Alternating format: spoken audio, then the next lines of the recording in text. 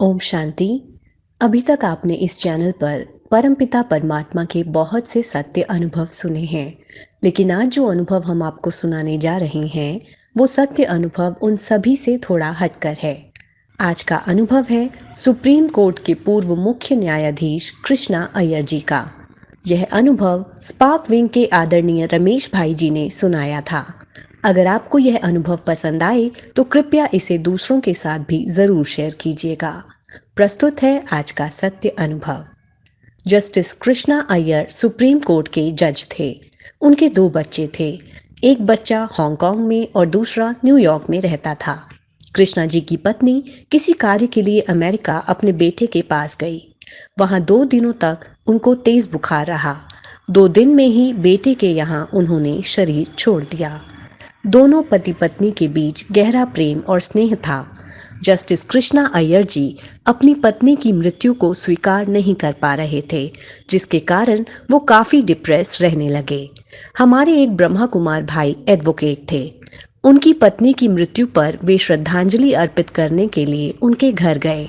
वहां पर कृष्णा जी से बात करते हुए उन्हें एहसास हो गया कि कृष्णा जी बहुत आंतरिक दुख और तकलीफ में हैं। उन्होंने कृष्णा जी से कहा, आप बहुत दुखी हैं। ऐसी मनःस्थिति में आप हमारे सेवा केंद्र पर क्यों नहीं आते हैं? आप 7 दिन का कोर्स करो। इससे आपको शांति मिलेगी और दुख भी हल्का होगा।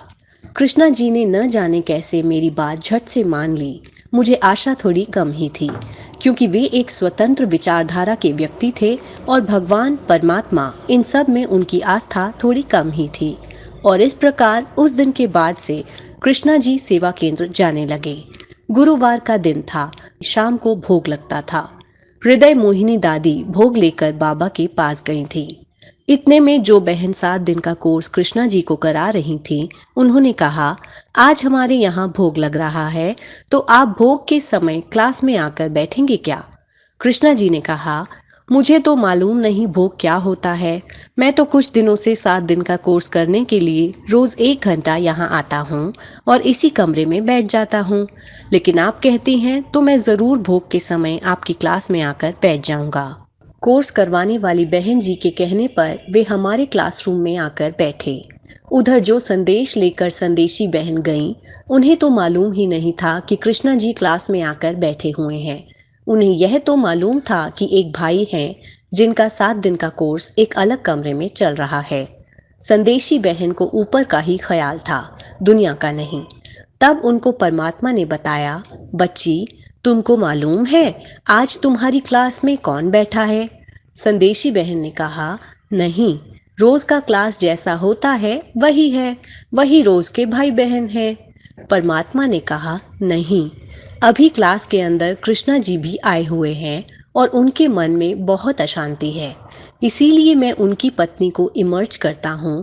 और बाबा ने उनकी पत्नी को इमर्ज किया और बताया कैसे और क्या हुआ। उनकी पत्नी ने अपनी मृत्यु का कारण और उस अनुभव को बताया कि ऐसे ऐसे सब कुछ अचानक हुआ। फिर संदेशी बहन ने बताया, आपके पति बहुत डिप्रेस हैं, हमारे पास 7 दिन का कोर्स करने के लिए आ रहे हैं। तो उनकी पत्नी ने संदेशी बहन को कुछ संदेश दिया और कहा, जाकर ये मेरे पति को संदेश जरूर सुनाना। जब हृदय मोहिनी दादी का दिव्य दृष्टि का पाठ पूरा हुआ और वो अपने तन में वापस आईं, उन्होंने सबको बाबा की टोली दी। एक एक कर वो सबसे मिल रही थी। कृष्णा जी जब भोग लेने उनके पास आए तो दादी ने कहा, आप बैठिए, आपके लिए कुछ संदेश है। सभी भाई बहनों के चले जाने के बाद उन्होंने कृष्णा जी को बताया, आपकी पत्नी ने हमें ऐसा ऐसा संदेश दिया है। कृष्णा जी ने जब संदेश सुना वो बहुत भावुक हो गए। उस संदेश में कुछ ऐसी बातें थी जो केवल खुद कृष्णा जी और उनके युगल ही जानते थे। उनके बच्चे भी उस बारे में कुछ नहीं जानते थे। संदेश खत्म होते तक कृष्णा जी बच्चों की तरह रो पड़े। इससे पहले शायद कृष्णा जी को परमात्मा पर कभी यकीन ही नहीं था और ना ही भोग और संदेशी जैसी कोई बात उन्होंने कभी पहले सुनी थी। कृष्णा जी ने बताया, यह संदेश उनके जीवन का टर्निंग पॉइंट था। वे नास्तिक से आस्तिक हो गए। शायद कृष्णा जी को ज्ञान के मार्ग पर लाने के लिए ही परमात्मा ने उनकी स्वर्गीय पत्नी की आत्मा द्वारा उन्हें यह संदेश भेजा था। तो यह था एक भोग संदेश का मिसाल और कमाल।